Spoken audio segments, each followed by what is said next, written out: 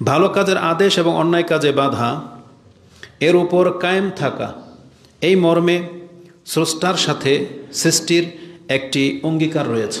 মানে আল্লাহ সুবহানাহু ওয়া তাআলার সাথে আমাদের একটা অঙ্গীকার রয়েছে, আর এর উপরেই সমস্ত সৃষ্টি স্থায়িত্ব এবং কল্যাণ নিহিত রয়েছে। তার মানে আমরা যদি ভালো কাজের আদেশ করি, মন্দ কাজ থেকে নিষেধ করি, তাহলে এই কাজের মাঝে আল্লাহ সুবহানাহু ওয়া তাআলার সাথে এই সৃষ্টির একটা সম্পর্ক, স্থায়িত্বের ব্যাপার রয়েছে। এই কাজটা যতদিন চলতে থাকবে ততদিন এই কাউন মানে কাউনিয়াত টিকে থাকবে, আর এটা যখন থেমে যাবে আল্লাহ সুবহানাহু ওয়া তাআলা এই পৃথিবীকে তখন আর রাখবে না, তখন শুধু খারাপের মাত্রায় বেড়ে যাবে। তখন এই জাতিকে আল্লাহ সুবহানাহু ওয়া তাআলা হয় ভিন্ন জাতিতে রূপান্তরিত করে দেবেন, আর এইভাবে যখন সর্বশেষ অবস্থাটা চলে আসবে তখন আল্লাহ সুবহানাহু ওয়া তাআলা কিয়ামত ঘটিয়ে দিবেন। তাহলে ভালো কাজের আদেশ এবং মন্দ কাজের মাঝেই এই পৃথিবী টিকে থাকার ব্যবস্থা আল্লাহ সুবহানাহু ওয়া তাআলা করেছেন। যখনই কোনো জাতি এই কাজটি বন্ধ করেছে বা করবে, তখনই তারা ক্ষতিগ্রস্ত হয়েছে বা আল্লাহর শাস্তির মুখোমুখি হয়েছে। এই মর্মে আমরা আপনাদেরকে যেটা দেখাতে পারি যে ভালো কাজের আদেশ এবং মন্দ কাজ থেকে নিষেধ করা, এটা মূলত হচ্ছে আল্লাহ সুবহানাহু ওয়া তাআলার সুন্নাহ বা তার নীতি। মানে এই কাজটা প্রথম আল্লাহ করেছেন। আল্লাহ পুরো পৃথিবীর মানুষকে তিনি ভালো কাজের আদেশ করেছেন এবং মন্দ কাজ থেকে নিষেধ করেছেন। যেমনটি কোরআনের বেশ কিছু আয়াত রয়েছে, তার মধ্যে একটি চমৎকার আয়াত আপনি পেয়ে যাবেন, যেটা সূরা নাহল 16 নম্বর সূরার 90 নম্বর আয়াতে রয়েছে। তাতে আল্লাহ সুবহানাহু ওয়া তাআলা বলেন, ইন্নাল্লাহা ইয়া'মুরু বিল আদলি ওয়াল ইহসান ওয়া ইতা'i যিল কুরবা ওয়া ইয়ানহা আনিল ফাহশাই ওয়াল মুনকারি ওয়াল বাগি ইয়া'iযুকুম লাআল্লাকুম তাযাক্কারুন। এটা সূরা নাহল 16 নম্বর সূরার 90 নম্বর আয়াতে রয়েছে। যেই আয়াতটি মূলত ইমামগণ তাদের খুতবা সমাপ্ত ঘটিয়ে থাকেন এই আয়াত দিয়ে। আর এটা এমন একটা মুহকাম, এত চমৎকার একটি আয়াত, যাতে আল্লাহ সুবহানাহু ওয়া তাআলার আদেশ নিষেধ দুই রকমেরই কথা রয়েছে। এবং আল্লাহ সুবহানাহু ওয়া তাআলা আমাদেরকে যে আদেশগুলো করেন তার মধ্যে বিল আদল, ইনসাফ করতে আদেশ করেছেন, যে তোমরা সব কিছুর ক্ষেত্রে আদল করে চলবে, ইনসাফ করে চলবে। ওয়াল ইহসান, এবং উত্তম আচরণ, যা তার প্রাপ্য ওই রকমের উত্তম আচরণ তাকে করতে বলা হয়েছে।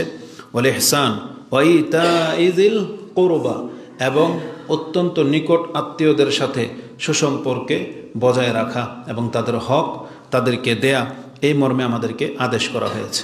ঠিক তেমনি আল্লাহ সুবহানাহু ওয়া তাআলা আমাদেরকে কিছু বিষয় থেকে নিষেধ করেছেন। ওয়ায়ানহা আনিল ফাহশাই ওয়াল মুনকার ওয়াল বাগি, তিনি আমাদেরকে 3টা জিনিস থেকে নিষেধ করেছেন। ফাহশা, নোংরামি থেকে; মুনকার, গর্হিত কাজ, যেগুলো মন্দ কাজ, পাপ কাজ; এবং আল বাগি, বিরুদ্ধাচারণ করা, বাগী হয়ে যাওয়া, স্বৈরাচার বা আল্লাহ সুবহানাহু ওয়া তাআলার এগেইনস্টে চলা, এই বিষয়গুলো থেকে আমাদেরকে নিষেধ করা হয়েছে। এবং আল্লাহ বলেছেন বাগী ইয়া'iযুকুম লাআল্লাকুম তাযাক্কারুন, আল্লাহ নিজে তোমাদেরকে এই উপদেশ দিচ্ছেন যাতে করে তোমরা উপদেশ গ্রহণ করতে পারো। তাহলে এই আয়াতের মধ্যে আদেশ এবং নিষেধ দুই কথাই পাওয়া যায়। তার মানে বোঝা যাচ্ছে যে আল্লাহ সুবহানাহু ওয়া তাআলার এটা হচ্ছে সুন্নাহ, যে তিনি নিজে আমাদেরকে ভালো কাজের আদেশ এবং মন্দ কাজ থেকে নিষেধ করেছেন। এই নিয়মটি কোরআনের বহু আয়াতে আপনি পাবেন। যেমন কোরআনকে নাজিল করা হয়েছে এই দুইটা উদ্দেশ্য নিয়েই। কোরআন যেমন আমাদেরকে সুসংবাদ দিয়েছে, কোরআন তেমনি আমাদেরকে সতর্ক সাবধানও করেছে। যেমন কোরআন সম্পর্কে আল্লাহ সুবহানাহু ওয়া তাআলা বলেন, ফাইন্নামা ইয়াসসারনাহু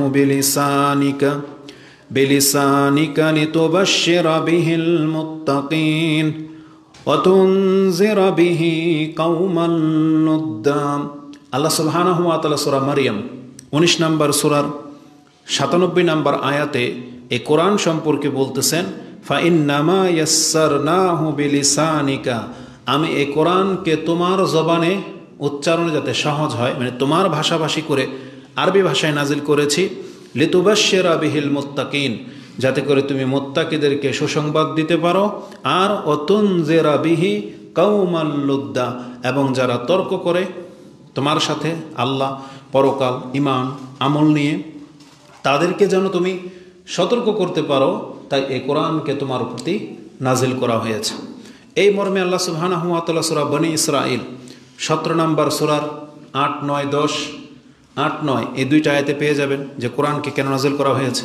আপনি পাবেন সূরা কাহফের প্রথম দিকে, যেখানে আমরা প্রত্যেক জুমায় পাঠ করে থাকি, যেমন সেই সূরাটার প্রথম দিকে কি রয়েছে, আলহামদুলিল্লাহিল্লাযী আনজালা আলা আবদিহিল কিতাবা ওয়া লাম ইয়াজআল লাহু ইওয়াজা কাইয়িমান লিয়ুনযিরা বা'সান শাদীদাম মিন লাদুনহু ওয়া ইউবাশশিরাল মুমিনিনা আল্লাযীনা ইয়ামালুনাস সালিহাতি আন্না লাহুম আজরান হাসানা মাকিসিনা ফীহি আবাদা ওয়া ইউনযিরাল্লাযীনা ক্বালু ইত্তাখাযাল্লাহু ওয়ালাদা। তাহলে প্রথম হচ্ছে সুসংবাদ মুত্তাকিদের জন্য, তাদের জন্য রয়েছে স্থায়ী একটা জান্নাত। আর পরবর্তীতে সতর্ক করা হয়েছে যারা আল্লাহ সম্পর্কে মন্দ কথা বলে। তো এইভাবে আল্লাহ সুবহানাহু ওয়া তাআলা কোরআনের বেশ কিছু সূরাতে এই আয়াত রেখেছেন যে কোরআন তোমাদেরকে সুসংবাদ দেবে, এই কোরআন তোমাদেরকে সতর্ক সাবধান করবে। যেমন এই আয়াতটির মধ্যে সূরা মারিয়ামের 97 নম্বর আয়াতে আল্লাহ বলে দিয়েছেন যে কোরআন লিউবাশশিরা বিহিল মুত্তাকিন, এই কোরআন দিয়ে তুমি মুত্তাকিদেরকে সুসংবাদ দিবে, ওয়া তুনজিরা বিহি কাওমাল লুদ্দা, এবং যারা এই সম্পর্কে তর্ক করে তাদেরকে তুমি সতর্ক সাবধান করবে। তো এটা কোরআনের মধ্যে দুই রকমেরই উদ্দেশ্য নিয়ে নাজিল হয়েছে। তেমনি আল্লাহ সুবহানাহু ওয়া তাআলা আরেকটি আয়াতে বলতেছেন কিতাবুন ফুসসিলাত আয়াতুহু কুরআনান আরাবিয়্যা, যেটা সূরা ফুসসিলাত হামিম সাজদার শুরুতেই আপনি পেয়ে যাবেন যে আল্লাহ বলেছেন কিতাবুন ফুসসিলাত আয়াতুহু, এটা এমন একটি কিতাব যার আয়াতগুলো বিশদ তফসিলের সাথে তোমার কাছে ব্যক্ত করা হচ্ছে, কুরআনান আরাবিয়ান, নিছক একটি কোরআন আরবি ভাষায় নাজিলকৃত একটি কিতাব। আরাবিয়ান লিকাউমি ইয়ালামুন, এটা হচ্ছে জানাশোনা সম্প্রদায়ের জন্য, যারা জ্ঞান রাখে তাদের জন্য। বাশীরা ওয়া নাযীরা, এটাকে আমি নাজিল করেছি সুসংবাদ দেওয়ার জন্য এবং সতর্ক করার জন্য, মানে ভালো কাজের আদেশ করা হবে এবং মন্দ কাজ থেকে নিষেধ করা হবে। নাযীরা ফাআরাদা আকসারুহুম ফাহুম লা ইয়াসমাউন, যদিও অধিকাংশ মানুষ এই কোরআনটা থেকে মুখ ফিরিয়ে নিয়েছে, আরাদা তারা পিঠ ফিরিয়ে নিয়েছে, ওহুম লা ইয়াসমাউন, যদিও তারা কোরআনের এই আদেশ নিষেধগুলো শোনে না। আল্লাহ বলছেন এটা অধিকাংশদের রেজাল্ট। তো আল্লাহ সুবহানাহু ওয়া তাআলা অধিকাংশদের মধ্য থেকে যাদেরকে এই কোরআনের প্রতি ঈমান আনার তৌফিক দিয়েছেন, তাহলে তাদের অন্তত উচিত এই কোরআনের আদেশ নিষেধগুলো মেনে চলা, এটা তাদের উচিত। না হয় এটাকে খুলে কেন দেন না, বারবার এটা লাগাতে কেন হয়, খুলে দেন, একবারে খুলে দেন। এখন তার এসি চলতেছে না, বারবার টানা কেন হয় এটা?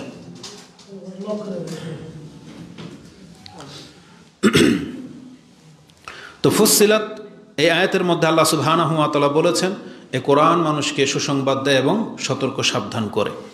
যেমন ফজিলত বর্ণনা করা হয়েছে, তেমনি ভীতি প্রদর্শনও করা হয়েছে কোরআনের মাধ্যমে। এই সমন্বয়ের মাঝেই হলো দিন, এই দুইটার মাঝেই আমরা নাজাতের রাস্তা পাব।